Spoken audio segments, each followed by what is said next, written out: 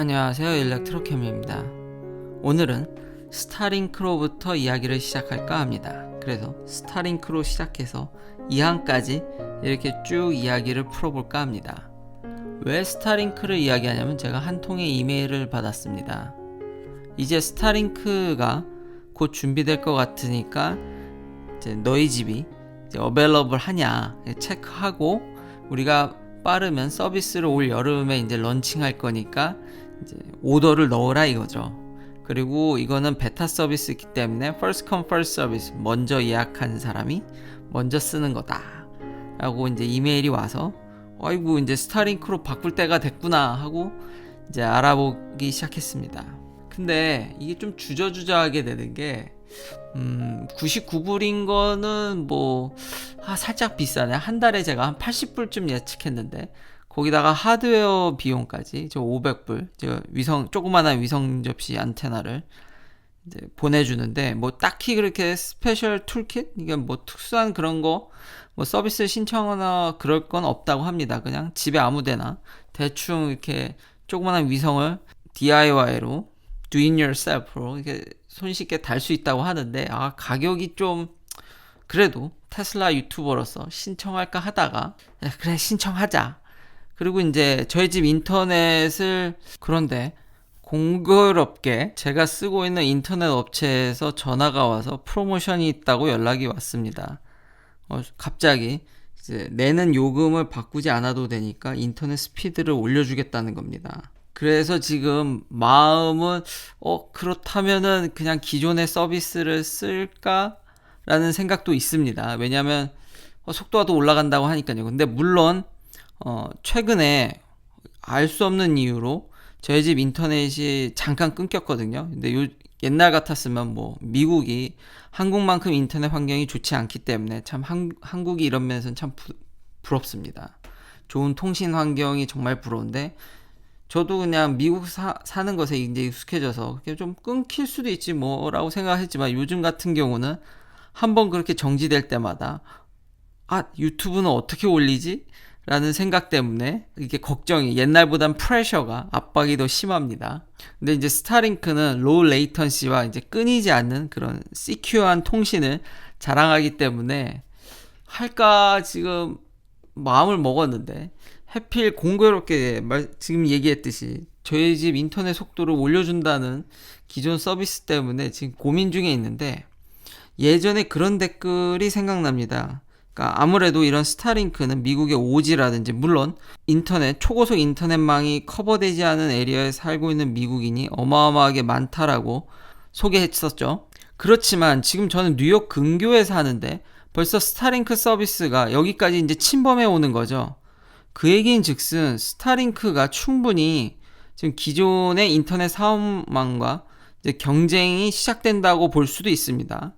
물론 아직 가격대가 좀 높고 속도 대비, 물론 로우 레이턴시가 얼마나 이게 이루어질지를 아직 모르니까요. 그렇지만 요즘 미국은 좀 라이프 스타일이 코비드 때문에 이런 업그레이드 라이프 이런 것들이 유행입니다.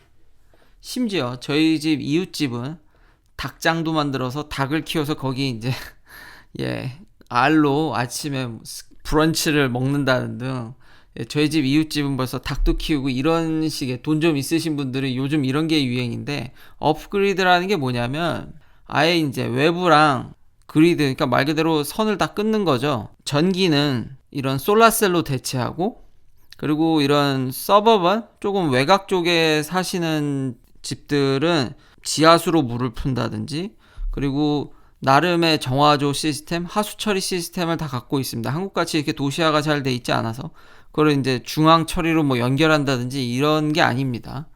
그러다 보니까 이제 인터넷마저도 끊어서 이런 스타링크 서비스를 쓸까 하는 그런 유행이 지금 미국에서 이렇게 번지고 있습니다. 그만큼 스타링크 서비스가 굉장히 가까이 왔다라는, 굉장히 좋게 해석할 수 있죠. 그러다 보니까 이 스타링크 서비스를 런칭하는 스페이스X에 대해서도 이제 찾아보게 됐는데요. 이 최근의 화두는 자꾸 로켓을 터친다는 겁니다. 심지어는 계속 지금 스페이스X는 스타링크 셀룰라이트 계속 쏘아 올리고 있습니다. 그래서 계속 수만 개의 위성을 쏘려고 노력하고 있는데, 최근에 이제 팔콘 9 로켓을 회수하는데 실패했죠.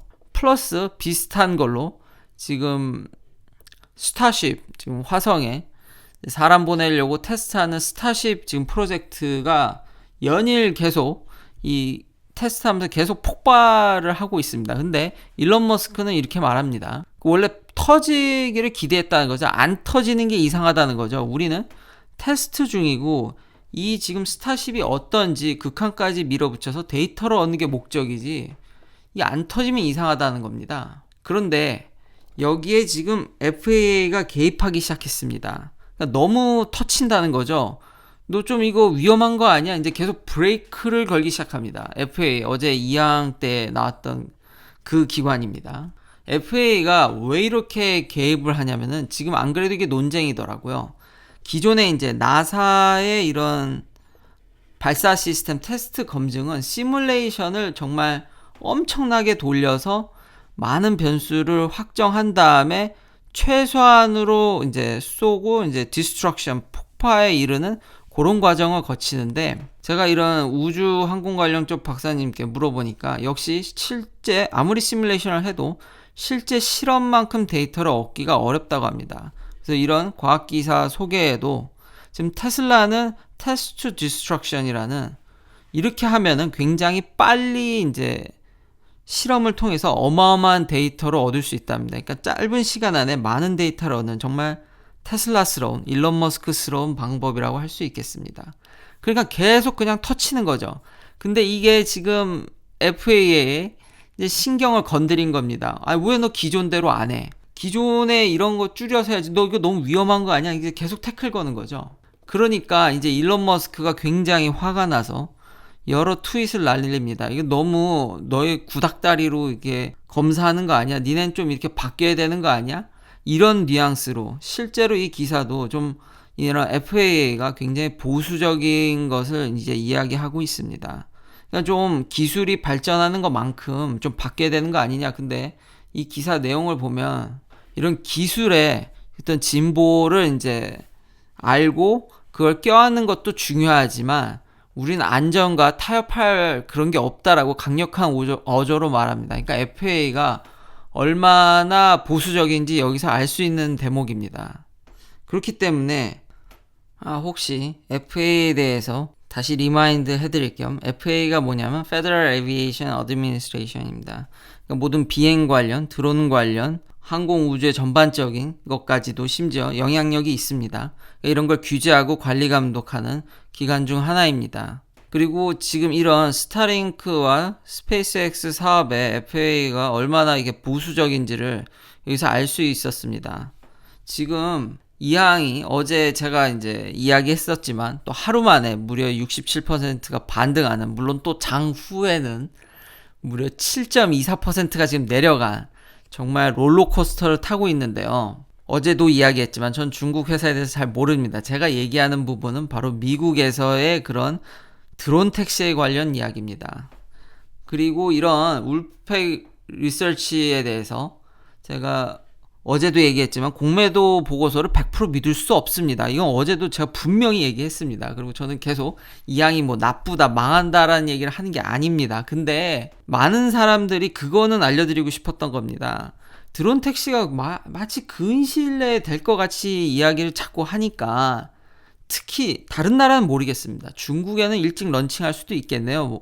미국과의 경쟁도 있고 뭔가 첨단으로 먼저 이제 시장을 점령해야 된다는 그런 면도 있을 테니까 저는 그거에 대해서는 모르겠지만, 최소 미국에서는 지금 FAA가 하는 거는 이렇게 울프팩 리서치의 다른 보고서를 읽어보니까 그럴싸하게 써져 있지만 이거는 이미 옛날 보고서라서 지금 현재 주가들을 보니까, 댓글에도 남겨주셨지만 이걸 보니까 별로 맞질 않더라고요. 한 개 정도 맞았나 그런 것 같은데, 저 GTT인가 그러니까 대부분 이게 이 울프팩 리서치도 그렇게 믿을 만한 건 아닙니다. 물론 이 항이 지금 반박을 했지만 그것도 울프팩이 잘 이제 지적은 못했지만 좀 더 그런 회계 쪽에 대해서 좀 더 자세히 설명해 줬으면 좋았을 것 같은데, 여튼 이게 중요한 게 아니라 지금 이런 FAA의 행보를 보면은 과연 미국 내에서 근시일 내에 드론 택시가, 특히 사람을 실어 나르는 드론 택시가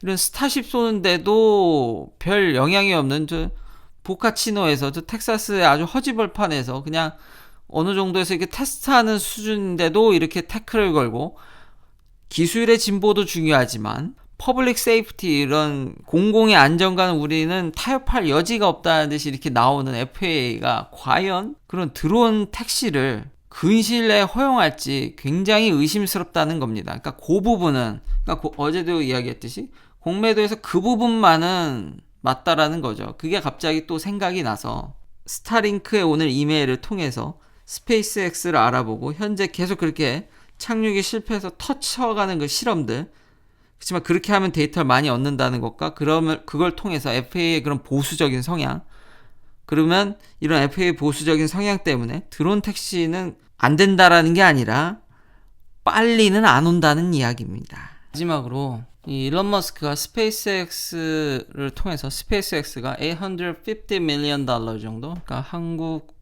돈으로 1조 원 정도를 이제 또 새롭게 바깥에서 투자를 받았습니다. 그래서 이제 밸류에이션이 이제 74 billion 달러니까 이제 밸류에이션이 껑충 뛰어서 이제 아마 정말 내노라는 굵직한 이제 우주 항공업계 회사로 거듭나고 있는데요. 이 아무래도 아까 처음 영상에서 얘기했듯이 이 스타링크가 굉장히 일반 이제 미국인들한테 가까이 왔다는 점이 많이 작용된 것 같습니다. 그리고 이거는 이제 계속 이제 확장해 갈 거기 때문에 이제 스페이스X에 굉장히 큰 캐시카우가 될 확률이 높습니다.